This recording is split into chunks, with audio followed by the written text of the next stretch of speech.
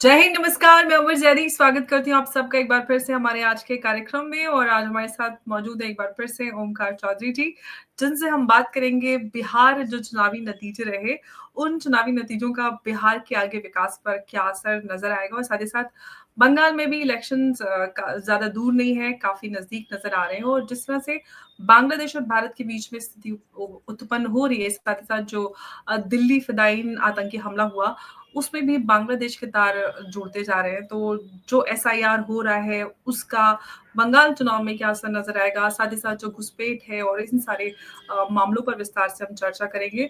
बहुत-बहुत स्वागत है आपका ओमकार जी। नमस्कार, जय हिंद। बहुत धन्यवाद। नमस्कार अंबर जी। ओमकार जी, सबसे पहले तो हम बिहार की बात करते हैं। बिहार में बम्पर जीत बीजेपी को कहें, एनडीए को कहें, एकदम महाराष्ट्र वाला एकदम सब कुछ हमें यहाँ पर नज़र आया। और उम्मीद से बढ़कर सारे जो एग्जिट पोल्स और उसके उससे पहले भी जो रिपोर्ट्स आ रही थी, सारे रिपोर्ट्स को दरकिनार करते हुए बड़ी अच्छी जीत दर्ज की। लेकिन उस जीत का हम बिहार के विकास पर क्या असर देखेंगे, ये मैं आपसे समझना चाहती हूँ। देखिए, बात ऐसी है कि बिहार में चूंकि लोगों को परिवर्तन दिखाई दे रहा है और जो विकास की योजनाएं परियोजनाएं थी वो अब जमीन पर उतरती हुई दिखाई दे रही हैं। गंगा पर बैराज बनने हों या एक्सप्रेसवे हाईवे बनने हों या पूंजी निवेश आना हो, बहुत सारी कंपनियां, बहुत सारी फैक्ट्रियां वहां पर आई हैं। और जो बेसिक नीड होती है कि भाई आपकी बहन बेटियों की, माताओं बहनों की इज्जत और सम्मान सुरक्षित है या नहीं है। इससे भी बड़ी बात यह है कि जो वहां पर एक वातावरण क्रिएट किया गया था, हुआ था लालू जी के समय और राबड़ी के समय, करीब करीब 70 नरसंहार हुए थे। वो जातीय संघर्ष भी थे, नरसंहार भी थे। तो अब बिहार में ना तो इस तरह के जातीय नरसंहार होते हैं, ना बहू बेटियों की इज्जत पर कोई हाथ डालता है तो उसका इलाज भी हो जाता है।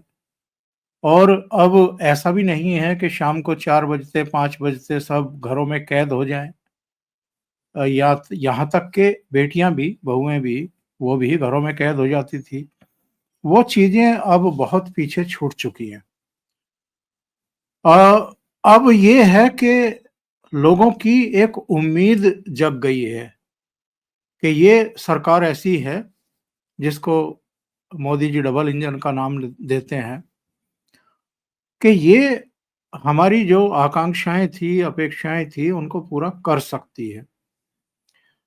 पलायन और बेरोजगारी, ये बहुत बड़ी समस्याएं इनके अलावा रही हैं बिहार में। और देश भर में अलग अलग राज्यों में जिस तरीके से बिहारियों को अपमानित होना पड़ता है या हिकारत की दृष्टि से देख करके उनके बारे में जिस तरह के वीडियो वगैरह जो है वो सोशल मीडिया पर डाले जाते थे, हम लोगों को भी देख करके बुरा लगता था कि बिहारी होना या बिहार में पैदा होना कोई अपराध है क्या, या कोई अभिशाप है क्या। तो ये चीजें जब परिवर्तित होते हुए दिखाई दे रही हैं, एक संभावना की रोशनी अगर दिखाई दे रही है, तो फिर लोग उसमें बाधक क्यों बनेंगे। इसलिए इस बार जो मतदान हुआ है वो पिछले बहुत सारे जो मतदान हुए थे राज्यों के विधानसभा के चुनाव के, खासतौर से बिहार के, उनसे कहीं ज्यादा हुआ है। 67% तक पहुंच गया, 70% तक पहुंच गया कहीं कहीं। तो ये चीजें, इसको लेकर के तमाम तरह की अटकलें भी लगाई जा रही थी कि नहीं, इतना मतदान तो जब बढ़ता है तो परिवर्तन के लिए ही बढ़ता है। तो वो सारी जितनी भी कपोल कल्पित एक तरीके की हवा बनाई गई थी और एक वातावरण क्रिएट करने की कोशिश की गई थी, वो सब धूल धूसरित हो गया। और अल्टीमेटली वहां पर फिर से एनडीए को ही लोगों ने चुना, सिर माथे पर रखा मैं तो कहूंगा। जितने बड़े जनादेश के साथ उनको वापस सत्ता में लेकर के आए हैं, इसके एक्चुअल में बहुत दूरगामी संदेश जा रहे हैं, चले गए, ऑलरेडी चले गए। और दूरगामी जब मैं बात करता हूं तो ये वॉशिंगटन तक, व्हाइट हाउस तक पहुंच गए। उनको भी पता है कि निरंतरता में 2024 में जून में जो रिजल्ट आए थे लोकसभा के, उसमें जरूर मोदी जी को हल्का सा झटका लगा था, क्योंकि बीजेपी खुद इंडिपेंडेंटली 272 के आंकड़े को पार नहीं कर पाई थी, 240 पर अटक गई थी। लेकिन उसके बाद भी अगर देखें हम अंबर जी, तो 2014 और 2019 की सरकार से भी ज्यादा मजबूती से फैसले लिए गए हैं। केवल दो का ही उल्लेख करूंगा। वक्फ संशोधन बिल, अगर इसको आप अल्पमत सरकार कह रहे थे, रेत की दीवार की तरह ढह जाएगी ये कह रहे थे, तो इसी सरकार ने वक्फ संशोधन कानून पारित करके दिखाया है पार्लियामेंट के दोनों सदनों से। दूसरा, जब पहलगाम का जेनोसाइड हुआ, जिसमें पहचान करके ये कह करके कलमा पढ़िए, अगर नहीं पढ़ सकते हैं तो फिर आप जिंदा रहने के काबिल नहीं हैं, उनकी पेंटें उतरवा करके उनकी शिनाख्त की गई कि ये मुस्लिम तो नहीं है इनमें से कोई, और फिर उनको शूट कर दिया गया। और उसके बाद जो भारत सरकार ने किया, मोदी सरकार ने किया, हमारी सेनाओं ने किया, वो हमेशा इतिहास में दर्ज रहेगा कि केवल 4 दिनों के भीतर एक कुटिल पड़ोसी को घुटनों पर ला करके खड़ा कर दिया। उसके airbase, radar, air defence system, वो सारा आतंकियों के जो ठिकाने थे, हेडक्वार्टर थे, उन सबको ध्वस्त कर दिया गया। ये दो घटनाएं बताने के लिए काफी थी कि वो अल्पमत सरकार नहीं है, वो रेते के दीवार की तरह नहीं है कि आप एक धक्का मारोगे और वो ढह जाएगी। और यही चीजें, ये जो संकल्पबद्धता है कि हम देश का सिर नहीं झुकने देंगे, माताओं बहनों का सिंदूर अगर कोई पहुंचने की कोशिश करेगा, मिटाने की कोशिश करेगा, तो वो खुद मिट जाएगा। उसकी अपनी पहचान पर भी संकट खड़ा हो जाएगा। इसी से एक्चुअल में लोग इतने प्रभावित होते हैं, और कारण और भी बहुत सारे हैं। लेकिन आप सही कह रही हैं कि बिहार का जो ये नतीजा है, ये बेहद महत्वपूर्ण है। और यहाँ से जब गाड़ी आगे बढ़ेगी तो जाहिर है वो बंगाल की तरफ ही जाएगी। और बंगाल के बाद भी आसमान तो अभी बहुत है, फलक तो बहुत है। उड़ान जो है यहाँ से पकड़ ली है इन्होंने। बल्कि मैं तो कहूंगा कि लोकसभा चुनाव के बाद जो 5 राज्यों के चुनाव हुए थे, तभी उन्होंने आकाश छू लिया था। जम्मू कश्मीर, हरियाणा, महाराष्ट्र, झारखंड और दिल्ली, 3 राज्यों में इनमें से भारतीय जनता पार्टी ने अपनी सरकार बना ली थी। और एक में नेशनल कॉन्फ्रेंस के उमर अब्दुल्ला चीफ मिनिस्टर बने, और दूसरे में झारखंड मुक्ति मोर्चा के हेमंत सोरेन बने। यानी कांग्रेस का इन 5 में से एक भी राज्य में खाता नहीं खुला, बल्कि वो रसातल की तरफ गई है। और यहाँ बिहार में भी अगर देखें तो ऐसा लगता है कि सबसे कमजोर कड़ी अगर महागठबंधन में कोई था तो वो कांग्रेस पार्टी ही थी, क्योंकि सबसे ज्यादा वोट शेयर अभी भी आरजेडी के पास ही है। बीजेपी से भी ज्यादा वोट शेयर उनके पास है। लेकिन अगर उनका सहयोगी बिल्कुल मरी गिरी अवस्था में है और गिर ही पड़ा है एक तरीके से, तो फिर वो भी डूबेंगे। तो वही हुआ है।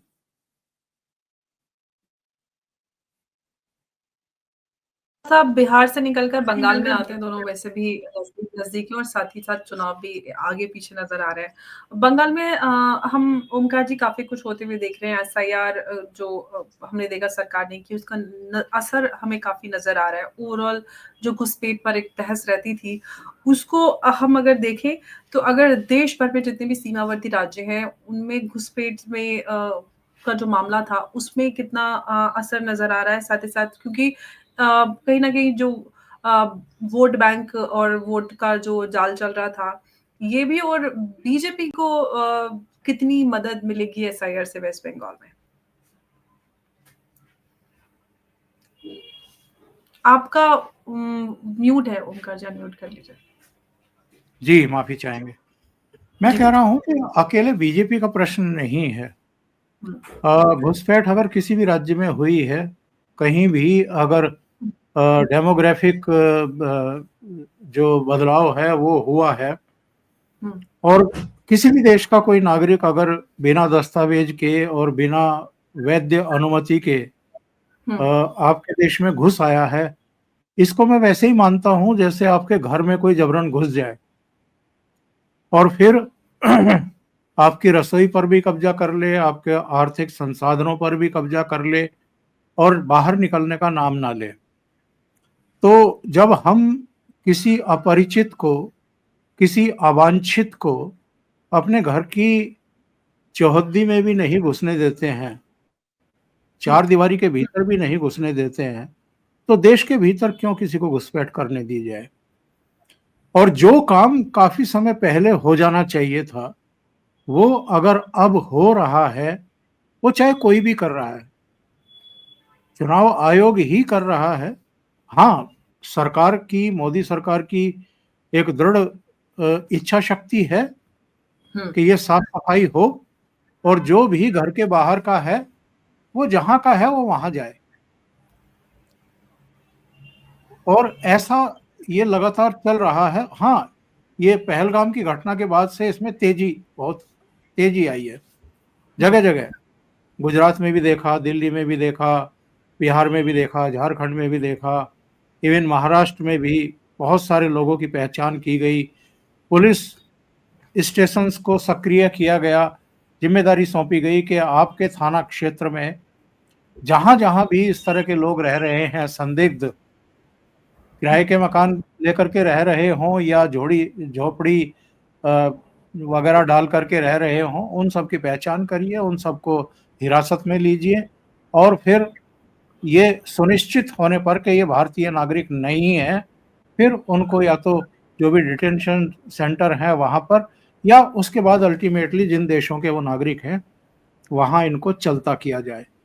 एक होशियारी ही कहूँगा, गवर्नमेंट ऑफ इंडिया ने ये की है कि ऐसे लोगों को गिरफ्तार ना किया जाए, ऐसे लोगों को कानूनी धाराओं में जकड़ करके जेल में ना डाला जाए। जेलों में वैसे ही इतनी ज़्यादा हुँ, ओवरलोडेड हैं वो कि वहाँ पर एक अनार्की की सिचुएशन पैदा हो जाए और नंबर 2 फिर जेल में भी आप रख कर के इनको इनकी रोटी का, दवा-दारू का इंतज़ाम तो आपको करना ही पड़ेगा। उनके वस्त्रों का और दूसरी जी, तमाम चीज़ों का भी आपको ध्यान रखना पड़ेगा। और जो भारतीय अदालतें हैं, उनमें दशकों-दशकों तक जो है मुकदमे चलते रहते हैं। तो ये जी, कवायद जो है ये बिल्कुल ना की जाए। इनको बस इनकी पहचान कर ली जाए कि ये देश के हैं या नहीं हैं और उसके बाद जहाँ के ये हैं वहाँ इनको डिपोर्ट कर दिया जाए, उठा कर के उनकी सरहदों में इनको फेंक दिया जाए। और यही काम हो रहा है, बहुत तेज़ी से हो रहा है। अब आते हैं एसआईआर पर। देखिए एसआईआर का हुँ, हमने नतीजा परिणाम देख लिया है बिहार में। करीब 69 लाख नाम जो हैं वो मतदाता सूची से हटाए गए, 21 हुँ, जोड़े भी गए, तो कुल मिलाकर के हम कह सकते हैं कि 47-48 लाख जो है वो कम हुए हैं पहले के मुकाबले। और अगर इतने लोग कम हुए हैं, तो 48 लोग भी पूरे राज्य में ऐसे सामने नहीं आए जो ये कह सकें कि साहब हमारा नाम मतदाता सूची में नहीं है। 48 भी नहीं आए, 48 लाख निकाले गए, केवल 48 पर्सन भी नहीं आए कि ये कह सकें कि हमारा नाम मतदाता सूची में नहीं। तो जो गला फाड़ते हैं बैठ कर के कैमरों के सामने, छाती पीटते हैं, एक माहौल बनाने की कोशिश करते हैं कि बड़ा अन्याय हो गया, आरजेडी के लोगों को, कांग्रेस के मतदाताओं को निकाल दिया गया। तो भई आप लोग वो जो निकाले गए मतदाता सूची से उनको सामने लेकर के क्यों नहीं आ पाए? नहीं आ पाए तो इसका मतलब ये है कि आप केवल रोज़ चिल्ला रहे हैं, क्योंकि ऐसे बहुत सारे लोग जो अब इस दुनिया में ही नहीं हैं, वो भी मतदाता सूची में थे। ऐसे बहुत लोग जो बिहार में अब नहीं रहते हैं, दूसरे राज्यों में जाकर के रह रहे हैं अपनी रोज़ी-रोटी के सिलसिले में। उनके वोट आप डलवा देते थे, तो आपको जीत मिल जाती थी या जीत के करीब आप पहुँच जाते थे। अब चूंकि वो मतदाता सूची में ही नहीं है तो आप उनकी जगह किसी को खड़ा भी नहीं कर सकते, यानी किसी तरह का खेल नहीं कर सकते। पश्चिम बंगाल से जो खबरें आ रही हैं अंबर जी, वो बड़ी चौंकाने वाली हैं। करीब 45 से 49 लाख मतदाता ऐसे हैं जो बीएलओज को ढूंढे नहीं मिल रहे हैं। धरती निगल गई, आसमान में उड़ गए या हवा बन के कहीं तैर रहे हैं, पता नहीं चल रहा।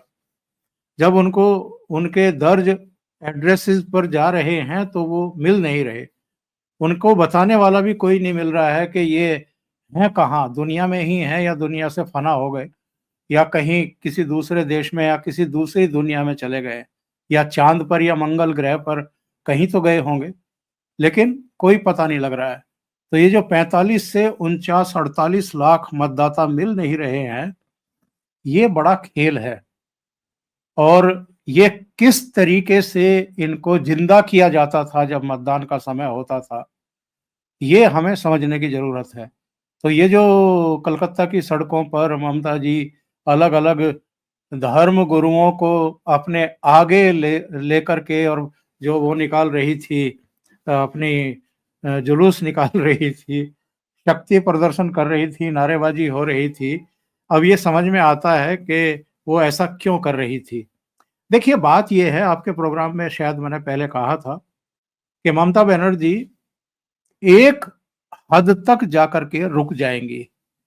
ये जो कह रही थी कि हम एसआईआर नहीं होने देंगे, पहले तो कह रही थी कि होने ही नहीं देंगे, ये बिहार नहीं है, ये बंगाल है, इस तरह की धमकी दी जा रही थी। बिल्कुल। और ओमकार जी, ऐसे उन्होंने सीएनआरसी के समय भी धमकी दी थी, ये जला लूंगी, ये मर जाऊंगी, जान दे दूंगी। उसके बाद एसआईआर शुरू हो गया, फिर वो कह रही थी एक का भी नाम कटा तो जान दे दूंगी। नाम तो बहुत कट रहे हैं भाई, ऐसी तो कोई खबर नहीं आ रही कि ममता बनर्जी ने जान देने की कोशिश की है और उनको रोका गया बड़ी मुश्किल से। तो कहने का आशय ये है कि आप जिन्हें एड्रेस करना चाहती हैं उनको कर लीजिए, लेकिन थोड़ा सभ्य भाषा में भी आप कर सकती है। इस तरह की बातें मत करिए जो आप कर ना सकें, क्योंकि सबको पता है कि आप अपनी सरकार तो बर्खास्त नहीं होने देंगी। अगर उस हद तक आप जाएंगी कि ये चुनाव आयोग लिख करके दे होम मिनिस्ट्री को या राष्ट्रपति को कि साहब हमारे कर्मचारियों को, हमारे बीएलओज को काम नहीं करने दिया जा रहा, उनके कामकाज में रुकावट पेश की जा रही है, तो फिर सीधा सीधा मामला बनता है कि 355 356 का उपयोग किया जाए, सरकार को बर्खास्त कर दिया जाए, चलता कर दिया जाए। ममता बनर्जी ये नहीं चाहेंगे, क्योंकि ऐसा होते ही पूरी प्रशासनिक और पुलिस मशीनरी उनके हाथ से निकल जाएगी। उनका कैडर जो है वो चौड़े में खड़ा हो जाएगा, कुछ नहीं कर पाएगा। तो इसलिए वो एक हद तक उन्होंने विरोध किया, और उसके बाद जो है अभी तो जो खबरें आ रही हैं बड़ी चौंकाने वाली आ रही हैं। चूंकि एसआईआर शुरू हुआ है, फॉर्म वितरित कर दिए गए हैं, भरवाए जा रहे हैं, तो जो पश्चिम बंगाल के या भारत के नागरिक नहीं हैं, जो रोहिंग्याज हैं या बांग्लादेशी हैं, वो अपना सब सामान अपने कंधों पर और सिर पर उठा करके भाग रहे हैं बंगाल की तरफ। और वो जो एक नदी है या नाला है क्या है, उसको पार करने के लिए जो नाव वगैरह खड़ी हुई है, लाइन लगा करके खड़े हैं, अपनी बारी का इंतजार कर रहे हैं कि किसी तरीके से हम अपने वतन पहुंच जाएं, यहाँ से हमारी जान छूटे किसी तरीके से। क्योंकि उनको पता है कि अगर धर लिए गए, गिरफ्तार कर लिए गए, तो डिटेंशन सेंटर में जाना पड़ेगा और उसके बाद बहुत सारी जलालत का सामना करना पड़ेगा, और अल्टीमेटली वापस जाना ही है। उस प्रक्रिया से जाएं या खुद ही भाग जाएं। तो लाखों की संख्या में लोग अब बंगाल छोड़ करके वापस जा रहे हैं। तो पेट में दर्द होने की एक बड़ी वजह यही है कि एक तो एसआईआर में लोग तो कह रहे हैं कि कम से कम 1.5 से 2 करोड़ मतदाताओं के नाम पश्चिम बंगाल में कटने तय हैं, और ऊपर से ये जो लाखों लोग अब बंगाल छोड़ करके भाग रहे हैं, ये तो इनसे तो बहुत बड़ा खेल होता रहा है ना पश्चिम बंगाल में। और यही ममता बनर्जी थी जिनको हमने और आपने लोकसभा में देखा था।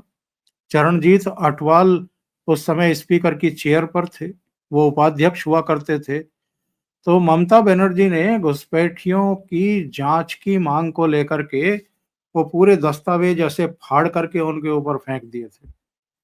तो वही ममता बनर्जी अब इतने लाड़ प्यार दिखा रही हैं घुसपैठियों के प्रति, बांग्लादेशियों के प्रति, कि अगर वो वापस जा रहे हैं या एसआईआर में उनकी पहचान हो रही है, उनके फर्जी दस्तावेज पकड़े जा रहे हैं, तो ये इनकी रातों की नींद जो है वो उड़ चुकी है। सवाल ये आता है कि क्योंकि चुनाव नज़दीक है और अगर हम बंगाल की बात करते हैं तो पिछले कई टर्म से बीजेपी काफ़ी मेहनत करती हुई नज़र आई है वेस्ट बंगाल में।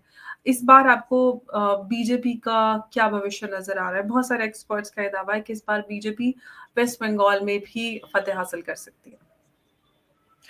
देखिए, एक तो 3 बार की एंटी इनकम्बेंसी है ममता बनर्जी के खिलाफ।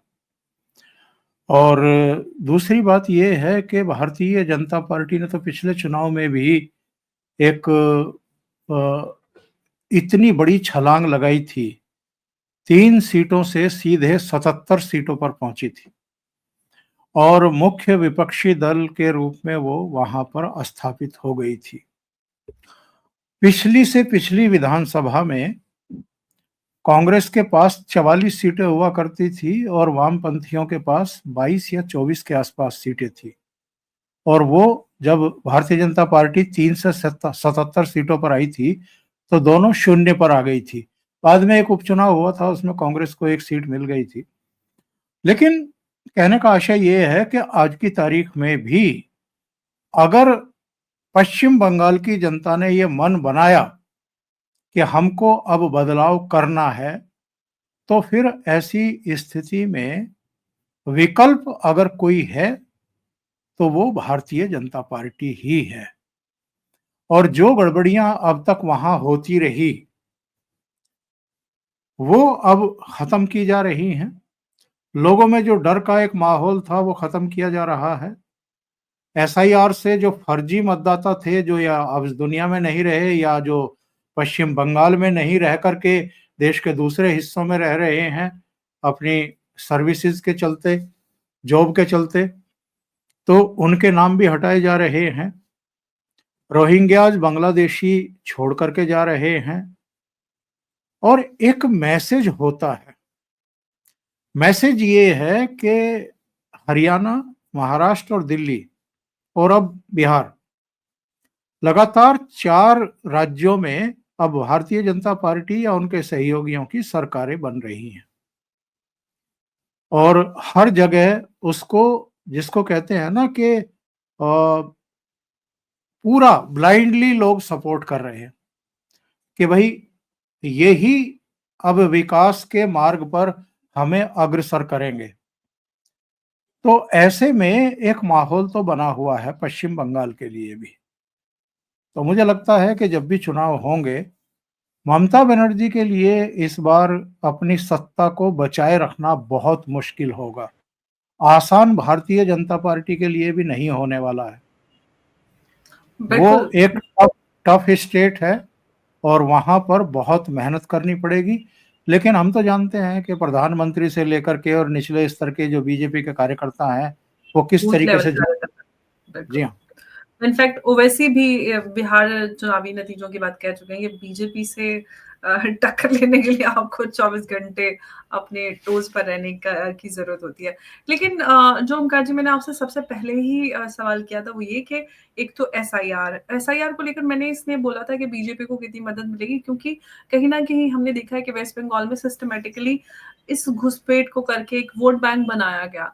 अब सब भाग रहे हैं तो कहीं न कहीं बीजेपी को इसका फायदा मिलेगा क्योंकि अगर ममता बनर्जी के पास इस तरह के वोट्स नहीं होंगे तो और पिछले चुनाव में हमने देखा बीजेपी ने काफी बेहतर किया था। तो एक वो पॉइंट और साथ ही साथ जो एंटी इनकम्बेंसी की बात की, ऑफ कोर्स कई सारे टर्म से एंटी इनकम्बेंसी है। तो ये जो सारी चीजें क्या, जैसे कि ऑफ कोर्स हम जानते हैं कि आसान स्टेट नहीं है, वहाँ पे रेडिकलाइजेशन है। हम अगर मुसलमानों की बात करते हैं तो वहाँ पर फुल रेडिकलाइज्ड पूरे वहां पर पूरी जनता नजर आती है। तो ऐसे में बीजेपी के लिए आसान तो नहीं होने वाला, लेकिन फिर भी आपको क्या लगता है कि बीजेपी की क्या रणनीति अभी नजर आने वाली है इस बार वेस्ट बंगाल के लिए?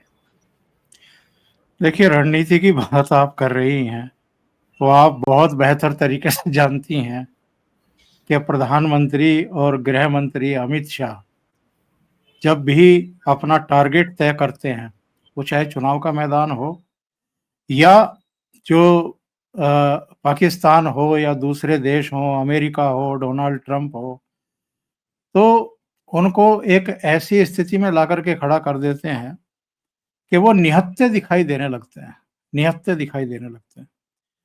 तो कम से कम राजनीतिक सोच समझ और समझ-बूझ जो मोदी जी के पास है या अमित शाह के पास, अमित शाह को माना जाता है कि सोशल इंजीनियरिंग के महारथी हैं, चाणक्य हैं।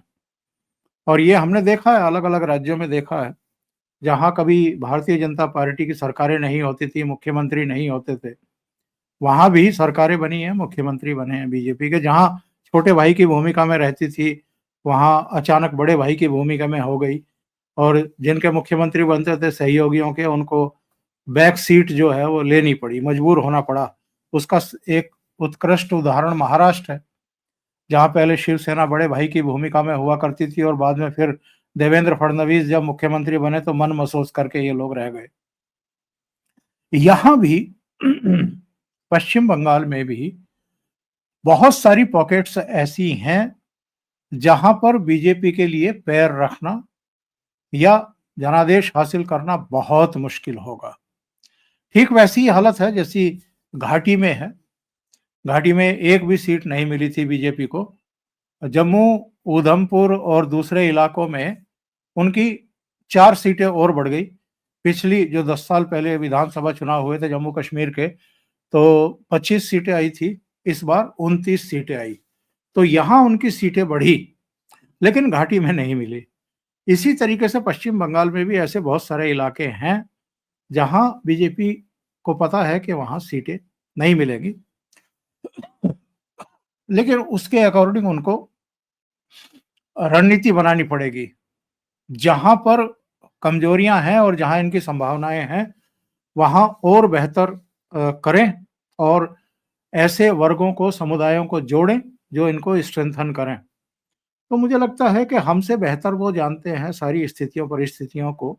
जहाँ तक एसआईआर का प्रश्न है, एसआईआर में अगर ऐसे मतदाताओं के नाम हटाए जा रहे हैं, जिनके मतदाता सूची में रहते हुए खेल किए जा रहे थे, तो अपने आप ही भारतीय जनता पार्टी को इसका फायदा मिल जाता है। स्ट्राइक रेट देखो ना इस बार बिहार में क्या रहा है।